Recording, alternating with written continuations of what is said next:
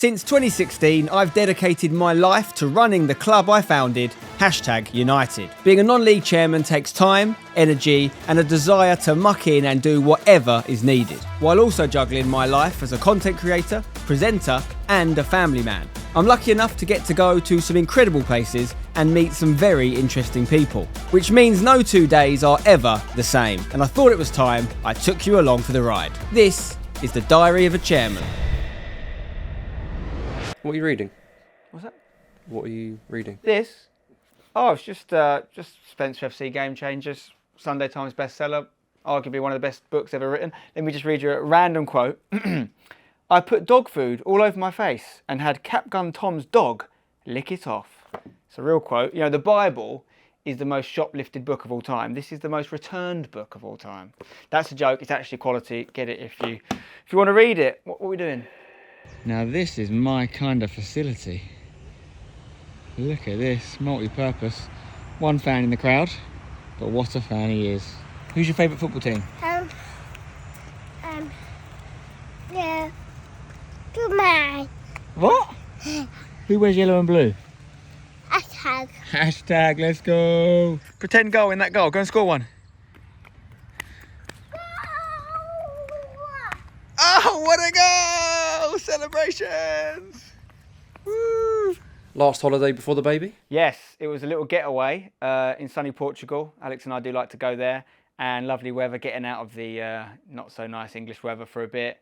And it was nice, mate, it was nice. And then you were greeted with a complete different type of weather when you got back. Well, it couldn't have been more of a juxtaposition, right? We've gone to Portugal to get some sun, we've come back, and we've straight away got a huge game, semi-final, Women's National League Cup, and honestly, the pitch we had to play on was inferior to some of the Sunday League pitches you and I have played on, that have been vlogged on the # channel. Like, so dangerous, mate, and really not funny at all. You know, the game really arguably should have been called off, but we'd gone up to Halifax, we stayed in a hotel. They did a pitch inspection the day before, and the ref said it was okay, and there was no rain, and then it was like that. So it must have been worse a day before. Anyway, long story short, it's ridiculous that the same round of that competition, just not a million miles away from there, was Newcastle United versus Portsmouth at St James's Park. I think there's 28,000 people there on obviously a pristine surface. Meanwhile, we're playing on a bog, and yes, we won, but we lost one of our best players. We lost #'s leading assist maker of all time, that includes the men's team, Emma Sandways, to an ACL injury, which unfortunately are all too common in the women's game. And it was almost certainly because of that pitch. That's a great example where women's football is right now. There's some amazing things happening, and there's some amazing growth, but equally, you've still got huge disparity between facilities, between qualities of pitches and things, and yeah, we paid the price. Brilliant, it's worth the 3.5 hour drive. Absolutely fantastic. Really tough, heavy going for the girls, but yeah, what a performance. Did everything they need to do. 2-0, lovely. Wouldn't have thought we'd play Newcastle United or play at a Premier League ground at Luton, so look forward to that. I think I might have to change some holiday dates. Competitive game awaits us at a Premier League stadium, obviously. So really happy with that. I thought it was a good professional performance in difficult conditions by the ladies. Massive 20 minutes from this young lady here. The best 20 minutes I've seen.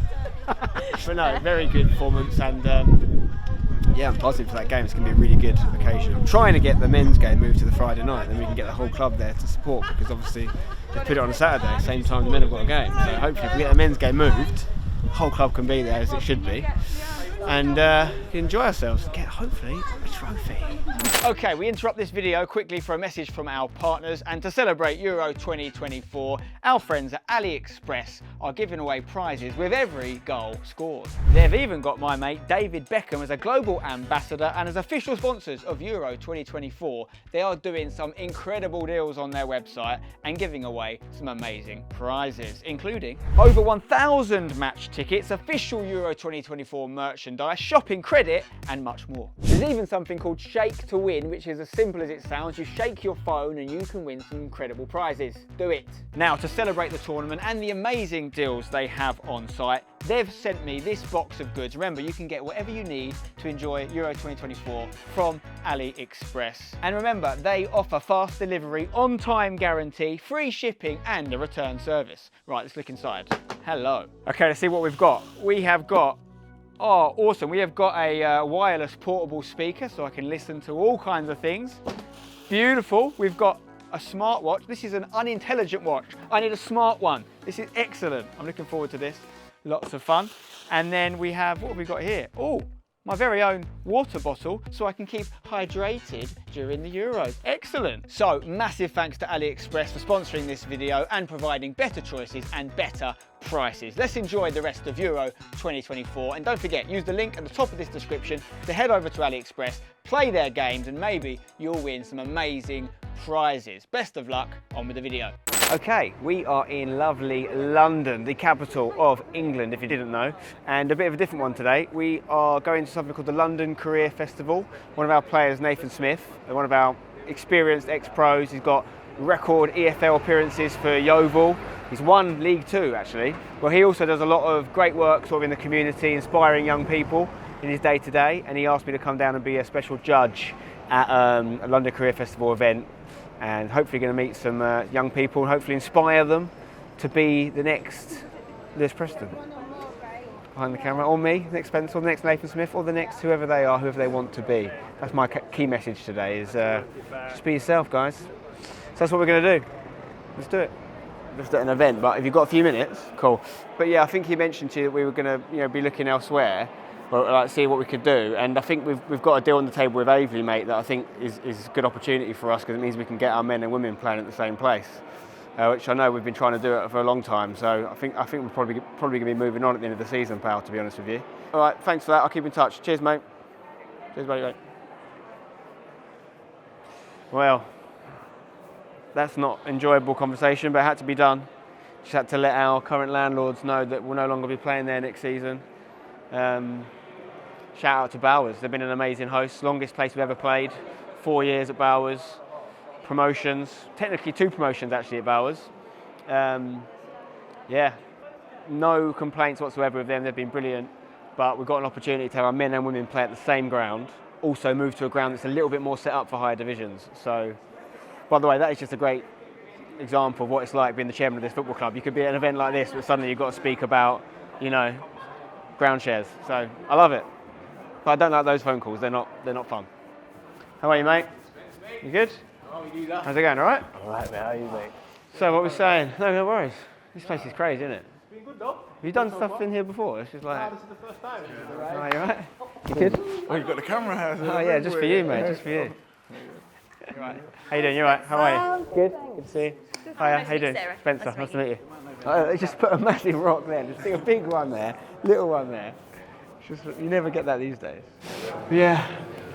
Solid, mate. Done a good job on it. So we're here today at Mango Studios London Workshop, and I'm with Spencer Owen. How you doing? I'm alright, thank you. I do know Spencer. This is my boss, if you didn't know. So we're about to go in this room in here, and these school kids are going to pitch a podcast sort of studio idea, and we've got to pick the best one. And we've sort of said what we're looking for. I'm looking for a bit of creativity, a bit of innovation, new ideas, confidence in their pitch. And yeah, I mean, I've been looking through what they've been doing today in general, and it's really cool stuff. Like Nathan's got a really good operation here. Getting them doing a lot of stuff I think that I never got to do when I was younger, like around mental health, around their dreams, aspirations. One of the games they did was like, what would you do if you knew you couldn't fail? Got them thinking about that sort of thing, saying nice things about each other.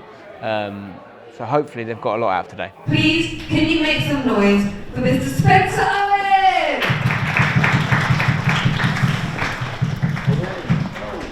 It's not easy coming to talk in front of your peers and stuff like that, so well done.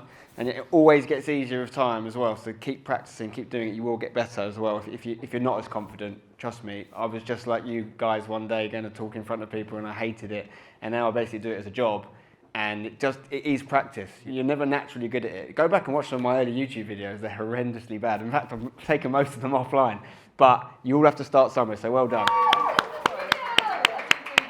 Look at that chair, look at that. That's a serious chair, that is. You've made it. You're sitting on chairs with that sort of stuff on it. You've either made it or you're going to prison. Yeah, of course you can.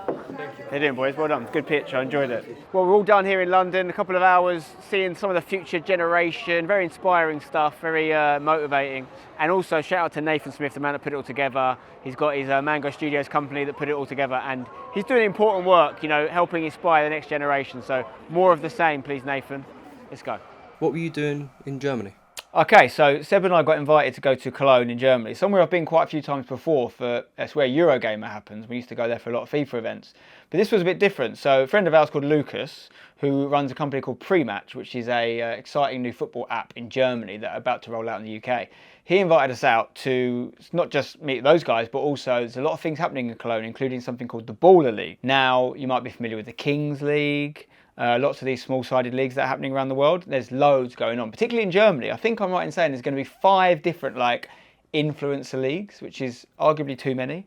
But we were fascinated to go out there, Seb, not just to meet, interesting entrepreneurial people, but also it's all, I wouldn't say it's because of us, but we did something back in the day called Next Level League, which was, years ahead really of this sort of revolution we're seeing now. Obviously TST, what we play in, is also part of this revolution.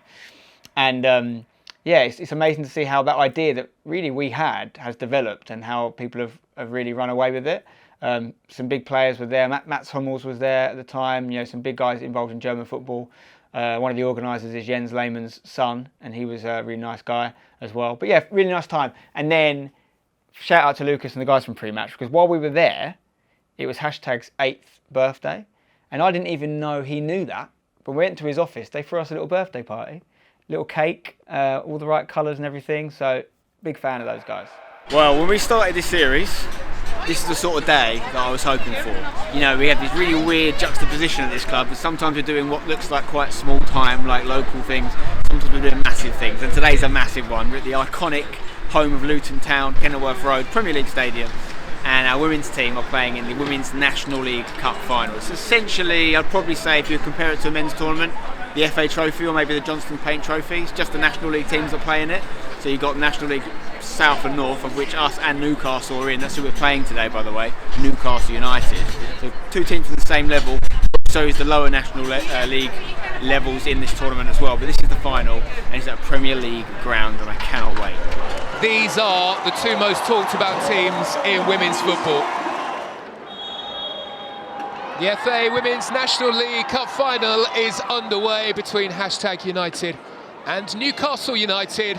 And Newcastle were very nearly in trouble there at the back. Into Griffin. Cataldo's done well though. And the cross does make its way into the area. And it's trouble at the back as #United conceded own goal. Newcastle United lead here in the FA Women's National League Cup Final. And it's a disaster at the back for #United.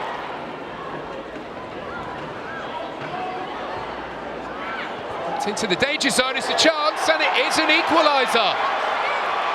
#United respond quickly to conceding. They've got themselves back into this one. Nichols is there with the goal. Here goes Elson, set free by Galloway. Sends the cross in. This could be danger. McQuaid, though, runs into a brilliant stop from Angel. McQuaid beats 2 challenges. Shreds it through. Big moment here for Newcastle. And a wonderful sliding challenge. Looking for the flick on from Apindia. And that's a super ball. Newcastle are in. Barker there. And it's another top save. This time the feet of Frankie Angel. And that's a nice turn around the corner by Percy. And now #United have the chance to break away. Griffin's ball. And now Rowland for #United. Brings out a brilliant stop from Donnelly.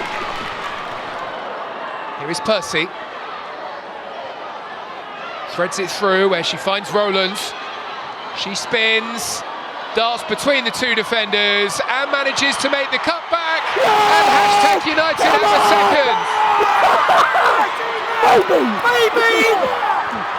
As Rowland weaved her way through, and waiting there, the substitute, Phoebe Williams, able to touch the ball into the back of the net to bring huge celebrations here for the hashtag United supporters here at Kenilworth Road. Dig in, stay alert!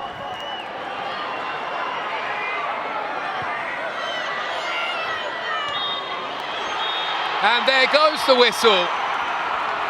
They dared to dream, and they have done it here. The FA Women's National League Cup now belongs to hashtag United.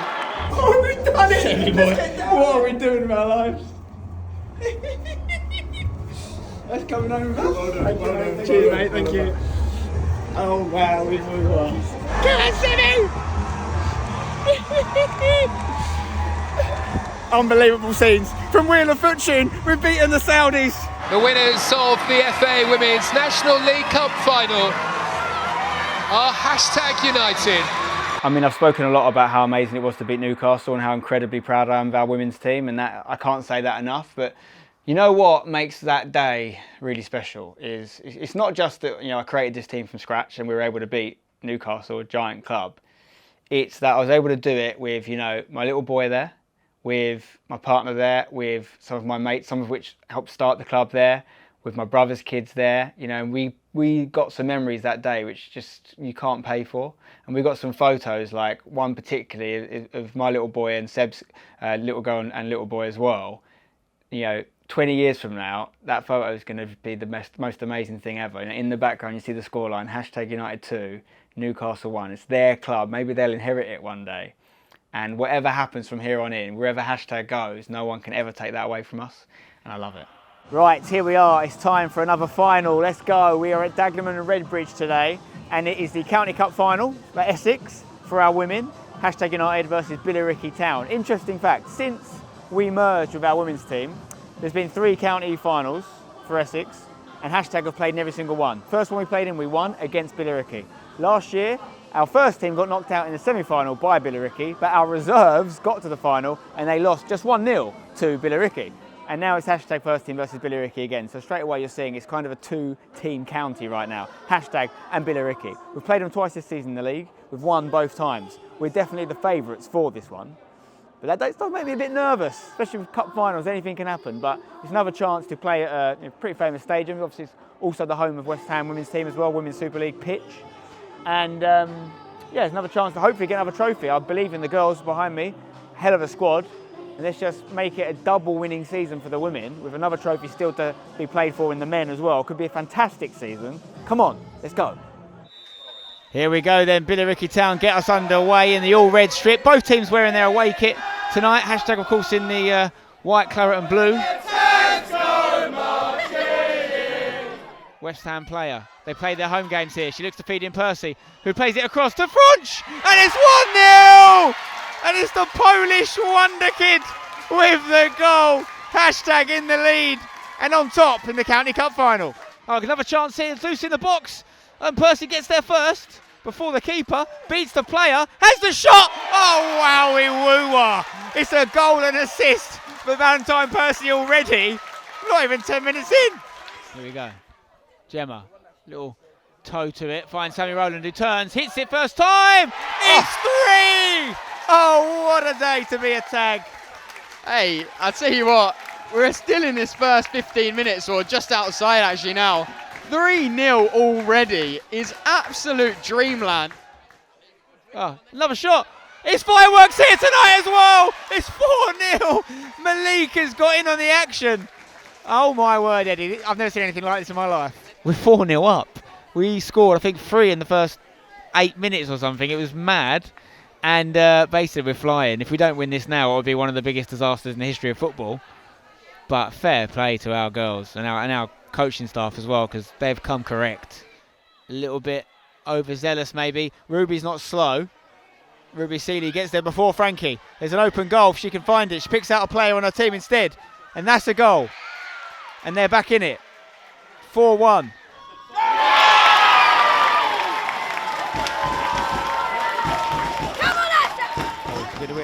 Vicky trying to get there, hits it. Oh my God, what a goal that is. And it's a hat-trick goal as well, by the way. 3 of the best for Victoria Franck. That is sensational. And there is the final whistle on a very professional, convincing display from the Tags, who are the champions of Essex for the second time in 3 years. And it's a double, 2 trophies for our #United women's team this season. Hopefully one more to come from the men as well.